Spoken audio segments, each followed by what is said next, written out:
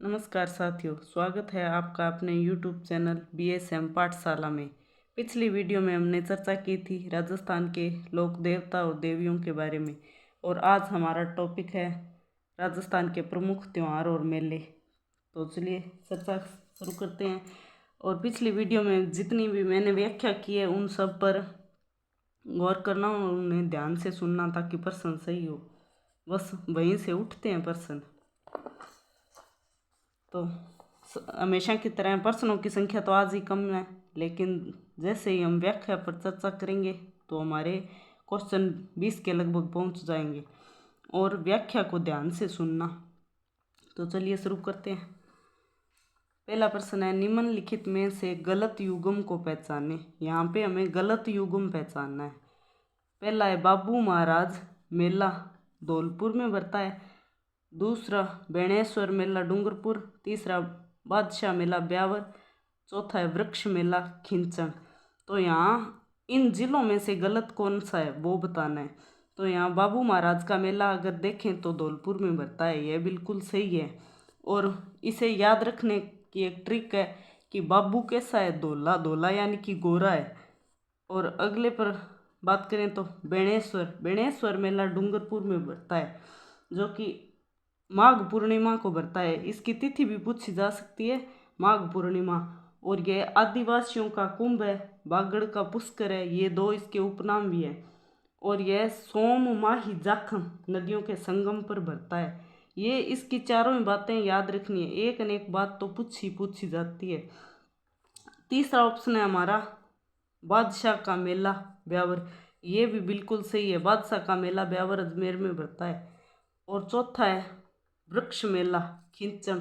तो यहाँ खिंचन से याद रखना है, यह खिंचन गलत हो जाएगा क्योंकि खिंचन गांव जोधपुर में पड़ता है, जो कुरुंजा पक्षी के लिए प्रसिद्ध है। ये बात भी बहुत ही बार पूछी गई है कि कुरुंजा पक्षी के लिए प्रसिद्ध स्थान बताओ। तो यहाँ खिंचन गांव जो है कुरुंजा पक्षी के लिए प्रसिद्ध माना जाता है। वृक्ष मेला खेजड़ली गांव में बढ़ता है। सॉरी, खिंचन गांव शायद नागौर में है, पर है कुरुंजा पक्षी के लिए प्रसिद्ध। और खेजड़ली गांव में बढ़ता है ये वृक्ष मेला, जो विश्व का एकमात्र वृक्ष मेला है। इसका भी बार बार प्रश्न आता है। ये अमृता देवी से संबंधित वो वृक्ष मेला, वो घटना है ना जो अभय सिंह के समय हुई थी, उससे संबंधित उठा प्रश्न है। दूसरा प्रश्न है, निम्नलिखित में से गलत युग्म पहचाने। तरीका तीनों का यही है कि गलत युग्म पहचाना है। यहाँ गलत और सही का भी विशेष ध्यान रखना, क्योंकि ये हम कभी कभी सही ढूंढने लग जाते हैं और कभी कभी गलत, तो इस कारण भी हमारा प्रश्न गलत हो जाता है। यहाँ पर है गणगौर। गणगौर कब मनाई जाती है? चैत्र शुक्ल तृतीया को। आखा तीज बैसाख शुक्ल तृतीया को।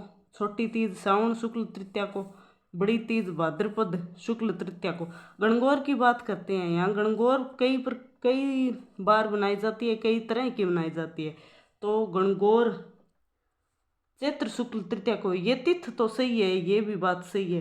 पर अगर गणगौर की बात करें तो गुलाबी गणगौर कहाँ की प्रसिद्ध है? तो गुलाबी गणगौर नाथ द्वारा की प्रसिद्ध है, जो चैत्र शुक्ल पंचमी को मनाई जाती है। और अगर पूछे कि बिना ईसर की गौर कहाँ की है, तो वो जैसलमेर की हो जाएगी। अगर पूछे बेंतमार गणगौर कहाँ की है, तो वो जोधपुर की हो जाएगी। और अगर पूछे धिंगा गणगौर कहाँ की है, तो वो वैशाख कृष्ण तृतीया को मनाई जाती है। यहाँ पे धिंगा वाली बात है जो 1 महीने बाद मनाई जाती है, वो भी कृष्ण पक्ष में। और आगे बात करें तो आखा तीज बैसाख शुक्ल तृतीया को। ये देखो यहाँ पे चारों में तृतीया आ रही है, तो ये तृतीया कई बार पूछी जाती है, इन पर सब पर ध्यान देने वाली बात है।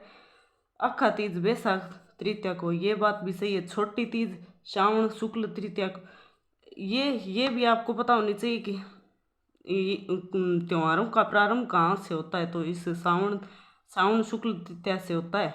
छोटी तीज से कहा जाता है ना कि वो ले डूबी गणगौर वाली बात आपने सुनी होगी। तीज त्योहारा बावड़ी ले डूबी गणगौर, तो यहाँ से त्योहारों का आगमन होता है और यहाँ पर अंत होता है कि वर्ष में त्योहार प्रारंभ छोटी तीज से होते हैं और समापत जो है गणगौर पर होता है। यहाँ पर आ गई बड़ी तीज। बड़ी तीज है भाद्र शुक्ल तृतीया, तो ये ऑप्शन हमारा गलत हो जाएगा, क्योंकि ये शुक्ल नहीं कृष्ण पक्ष की तृतीया को मनाया जाता है। और शुक्ल पक्ष की तृतीया की बात करें तो हरितालिका तीज बनाई जाती है भाद्र पक्ष की शुक्ल तृतीया। तो तीसरा हमारा प्रश्न है, निम्नलिखित में से गलत युग्म, यही गलत फिर देखना है।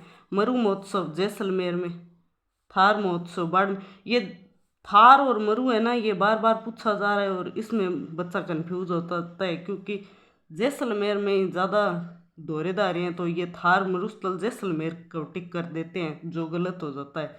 इस बात का विशेष ध्यान रखना। और अगला है हाथी महोत्सव जयपुर में, पतंग महोत्सव जोधपुर में। तो इसमें भी हमारा गलत हो जाएगा ये जोधपुर वाला, क्योंकि पतंग महोत्सव भी जैसलमेर में मनाया जाता है।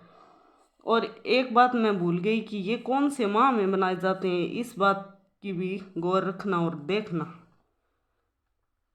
चलो, तो दो मेले और है जो याद आ गए मुझे।